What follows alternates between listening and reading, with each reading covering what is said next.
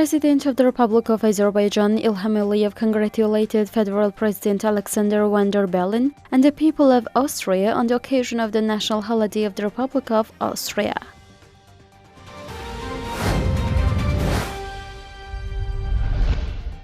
Russia acknowledged progress in establishing the Azerbaijani segment of the international transport corridor North-South, Russian Deputy Prime Minister Alexei Overchuk told journalists.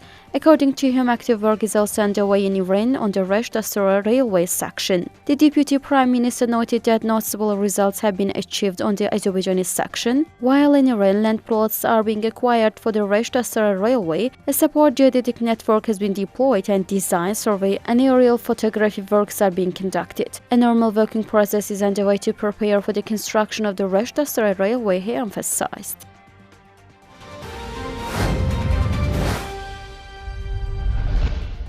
The State Commission of the Republic of Azerbaijan on Prisoners of War, Hostages and Missing Persons has released information regarding the burial ceremonies of identified martyrs previously listed as missing. According to the Commission, from October 28th to 31st, another 6 missing martyrs will be laid to rest.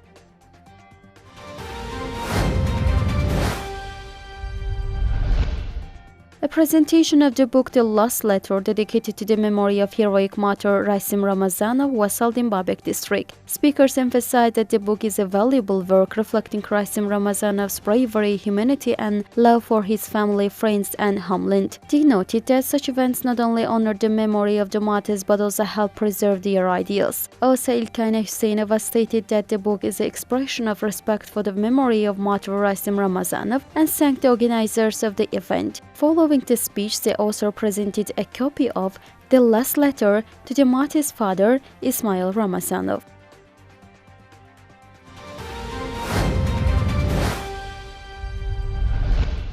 A tree planting campaign was organized in Shahrour district to mark Victory Day. As part of the initiative, 2,500 mulberry trees were planted across a 4-hectare area in the village of Aşağıyaycı. In addition, the area was cleaned and landscaped, the weeds and stones were removed, dry trees were replaced with new ones, and irrigation work was carried out. The aim of the campaign is to honor the memory of martyrs, expand green spaces, and contribute to environmental protection. The event saw active participation from local residents, youth, and employees of various institutions.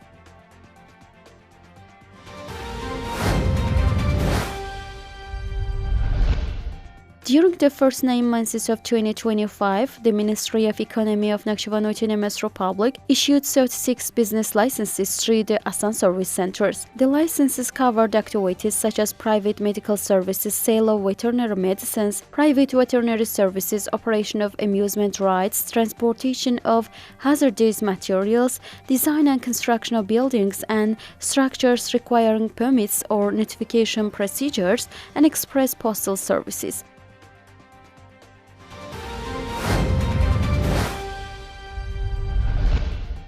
Cambodia and Thailand on Sunday agreed to move toward resolving long-standing hostilities over their shared border, as President Trump took credit for mediating the decades-old dispute and sought once again to burnish his peacemaking credentials.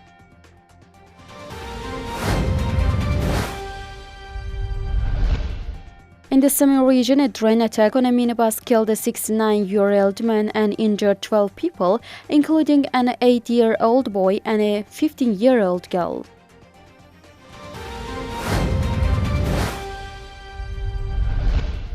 According to the Russian Ministry of Defense, between 11 a.m. and 4 p.m. Moscow time, air defense system intercepted and destroyed 26 fixed-wing unmanned aerial vehicles belonging to Ukraine over the Belgorod, Bryansk, and Kursk regions.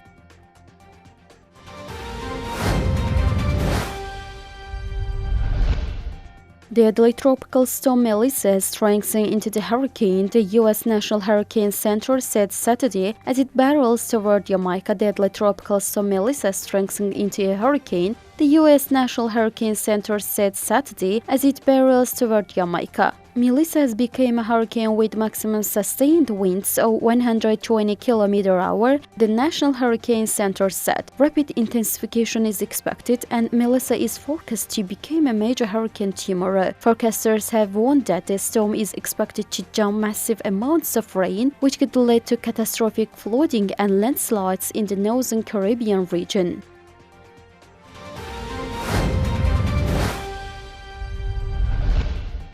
Direct flights have resumed between India and China after a 5-year hiatus, the latest sign of warming relations between the world's two most populous countries. Flights between India and mainland China had been suspended since early 2020 at the onset of the COVID-19 pandemic and remained halted after a deadly clash on their disputed Himalayan border escalated tensions.